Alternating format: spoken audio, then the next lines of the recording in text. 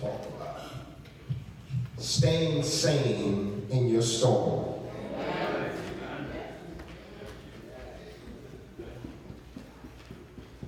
Staying sane in your storm.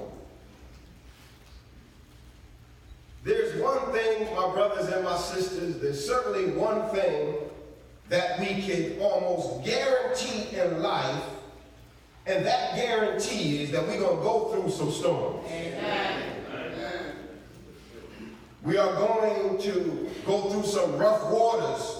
We are going to face some whirlwinds as we sail through this sea called life. Amen. That is about one of the only things that we can almost guarantee. I used to like when folks used to say there's a couple things that I can guarantee in life. That you can guarantee that I'm going to be black. You can guarantee that I'm going to pay taxes. And I'm guaranteed that I'm going to die. But I came to tell you on today that I can guarantee you that you're going to face some storms throughout this life. If you wake up, if you decide to open up your eyes in the morning, if God puts breath in your body, regardless of what you do, regardless of how you respond, you will face some storms in this life. It said, a preacher told me that life goes like this. Either you're in a storm, either you're coming out of a storm, or you're even on your way into a storm. There's no way that you can avoid storms. The Bible talks about different types of storms that we will face throughout this life.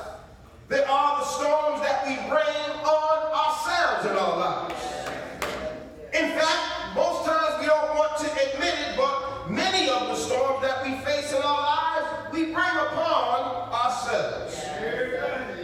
We bring our storms from bad choices. We bring our storms from opening up our mouths too much. We bring storms because we refuse to face up to our weaknesses, or we deny that we have a problem, and we end up in a storm. Amen. Then we turn around and we look around and try to blame somebody else. Or even when we get desperate, we even try to blame God. We try to blame anybody but ourselves for our storms. There are also storms that we will go through that are no fault of our own. There are storms that other people cause in our lives by their misconduct, by their behavior, by their mistreatment, by their bad choices, and then we are guilty by association. Amen. There are storms in life that we face, that we go through, that are the cause of other people that we are attached to. Yes. And beyond a doubt, these are the toughest types of storms to try to weather through. Amen. When you are the innocent victim in a situation, this is the case that we have in our scriptures today. Paul was about to be shipwrecked. He just happened to be on board. It was not his fault. There was a storm at sea. I'm sure you realize that storms don't play favorites. Amen. Storms aren't prejudice, storms aren't racist. See, blacks go through storms, whites go through storms, Asians go through storms, Indians go through storms. Storms do not discriminate. Not only the rich go through storms, poor people go through storms. If you're middle class, you go through storms. I don't care if you're short, you're tall, you're big, you're wide, you're skinny. Well, no matter what your type of criteria you fit in, the storms do not discriminate.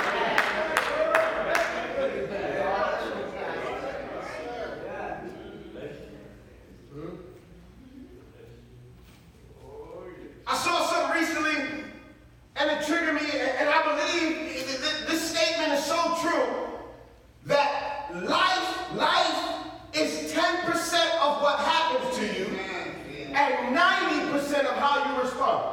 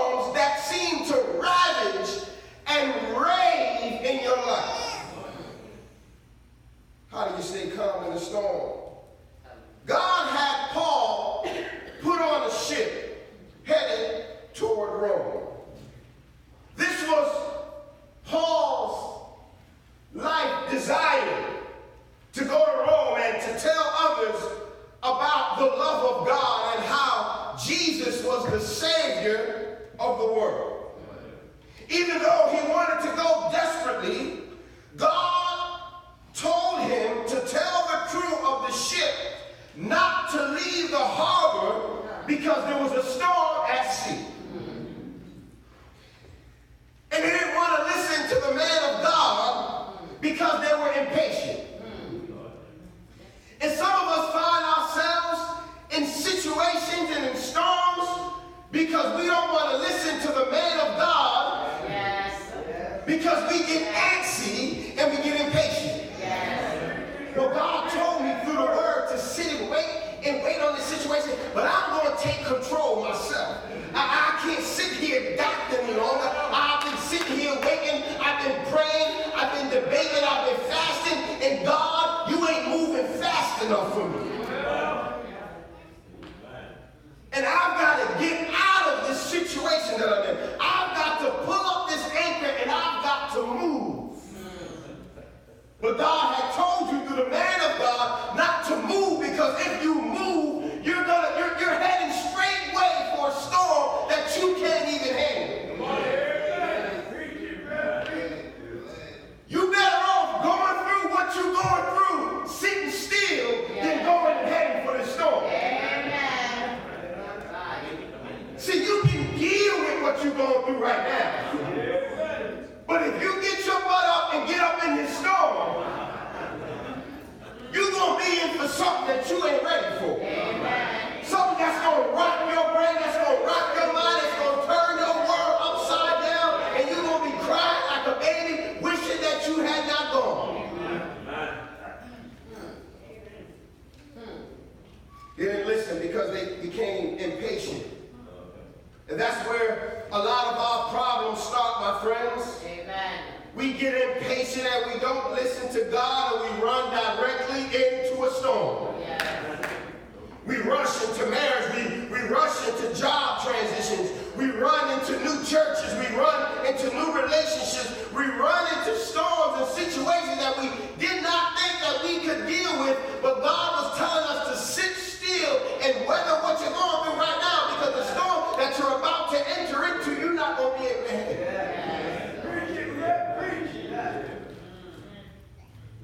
But yet, they decided to reject what the man of God said, and they went sailing right into the storm.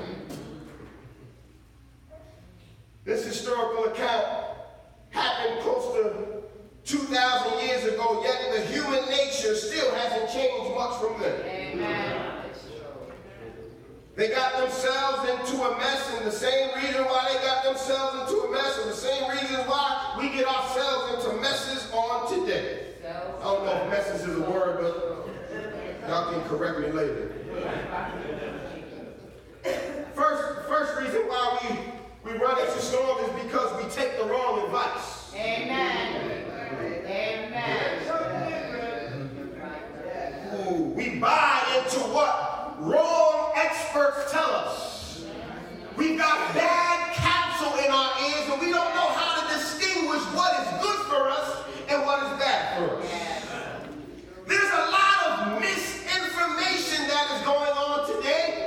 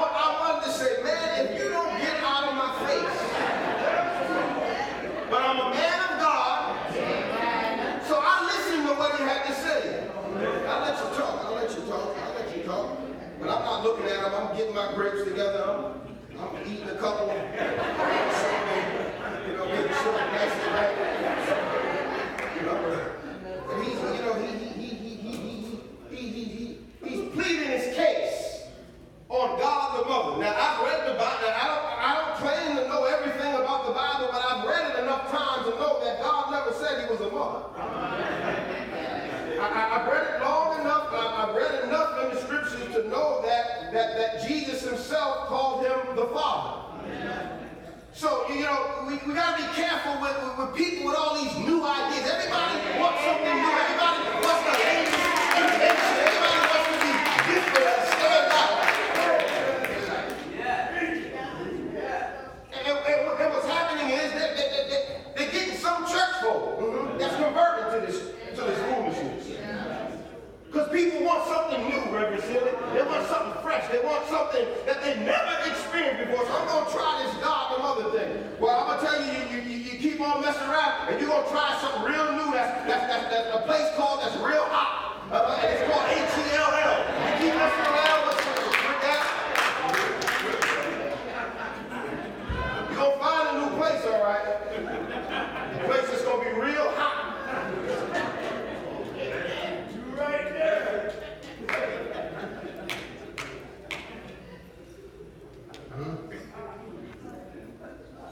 Preach it, Brett, preach.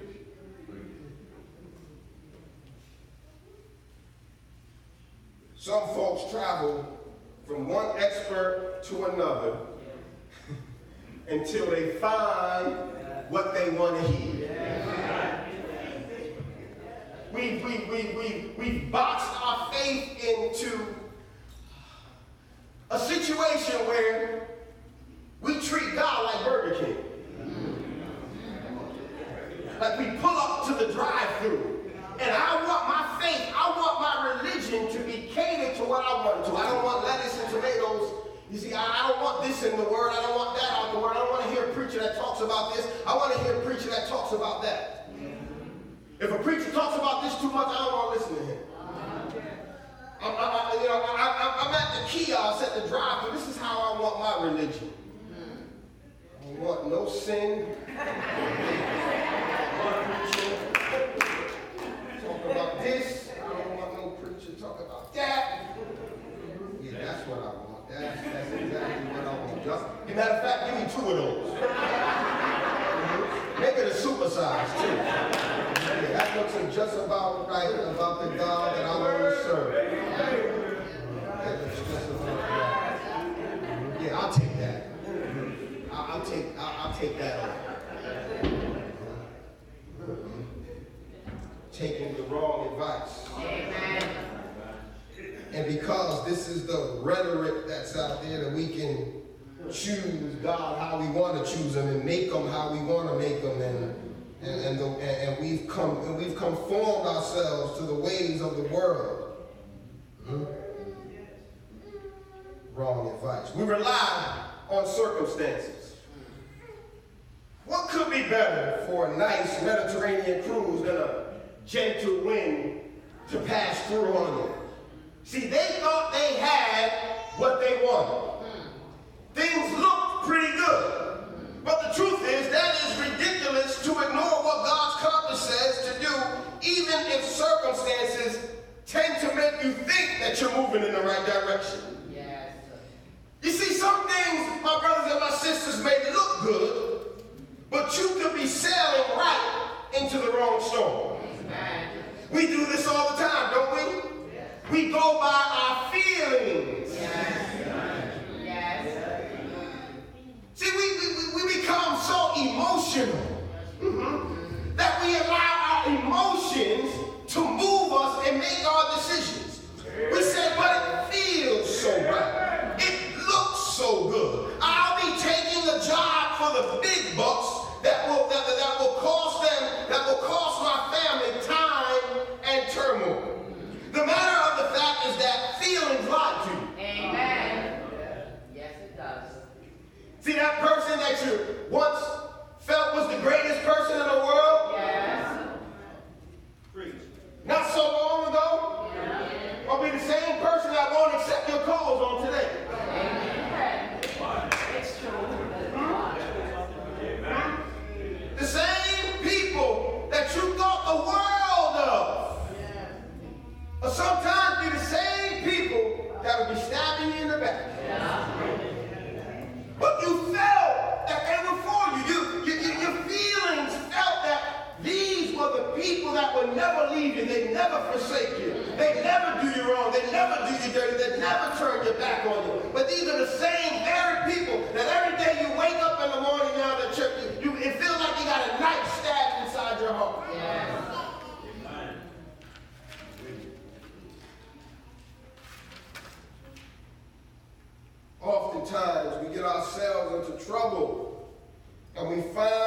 ourselves in storms of life, and it tends to affect us in particular ways, and there are some typical reactions to pressure that we display, and they are the same things that sailors do when they get into storms. And that storms cause us to drift. Yes.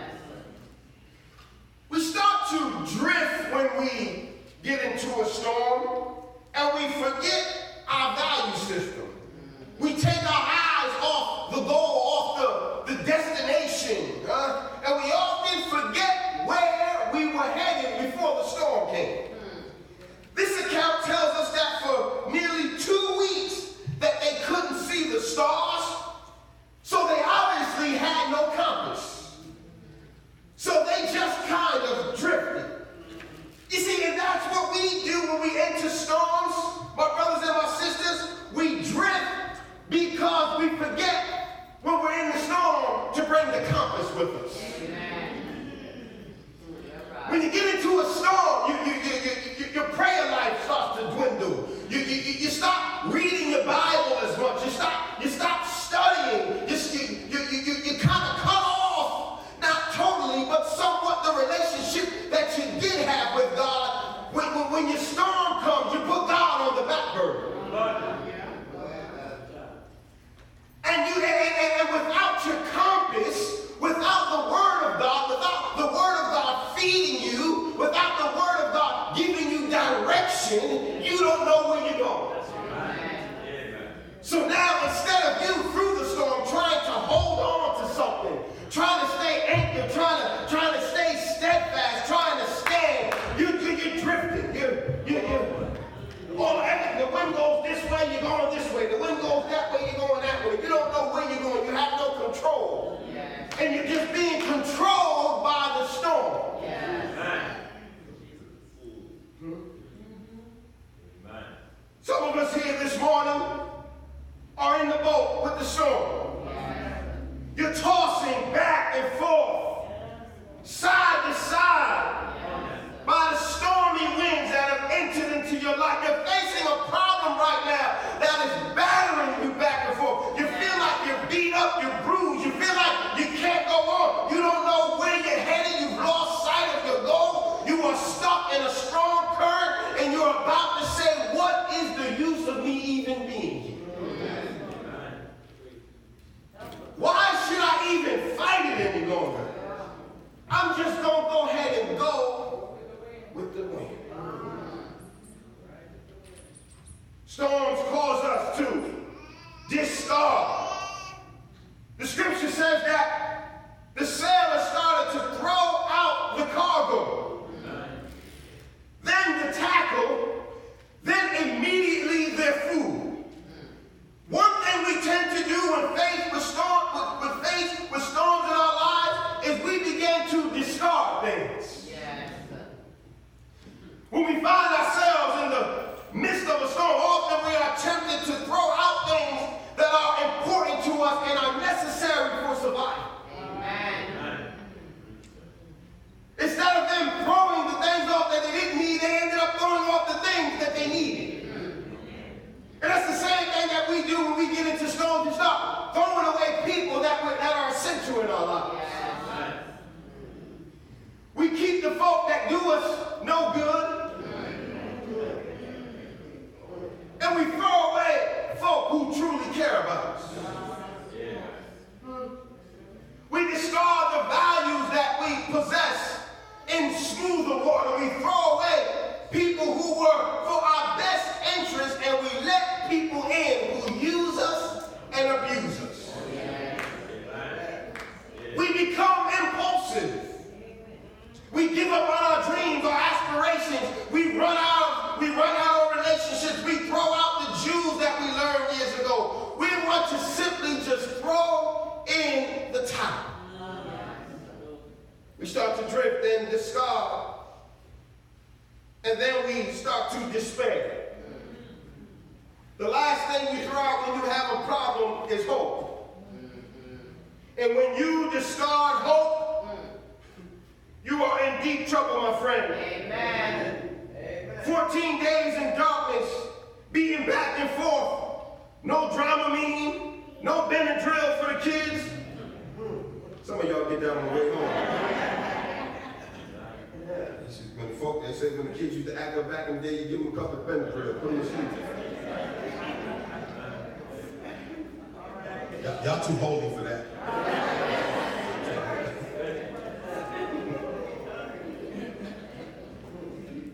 They were coming to a point where they wanted to throw everything out.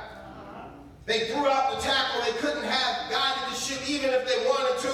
They felt doomed. They felt like there was no hope. It was an impossible situation. Some of us know exactly what those sailors were experiencing. Amen. You've been tossed back and forth over problems, perplexities, and situations over the past weeks and months. You've reached the end of your rope and someone someone untied the knot. Don't you know that feeling? I can understand what the sailors experienced what they were feeling, because there are times when I have even forgotten that God is in control. Sometimes when we get so consumed by the storm, we forget who we belong to, and we forget that God at any given moment can say to the storm, "Peace, be still." But I've come to a point that I realize that even though when we're in the storm, we got to realize that there's a lesson that we got to learn. That God must be trying to get our attention. That God is trying to tell us something. There's something that we got to learn, and we know that if He allows us to go in the storm, that He's not going to leave us in the storm by ourselves. That He's going to be able to get us through the storm.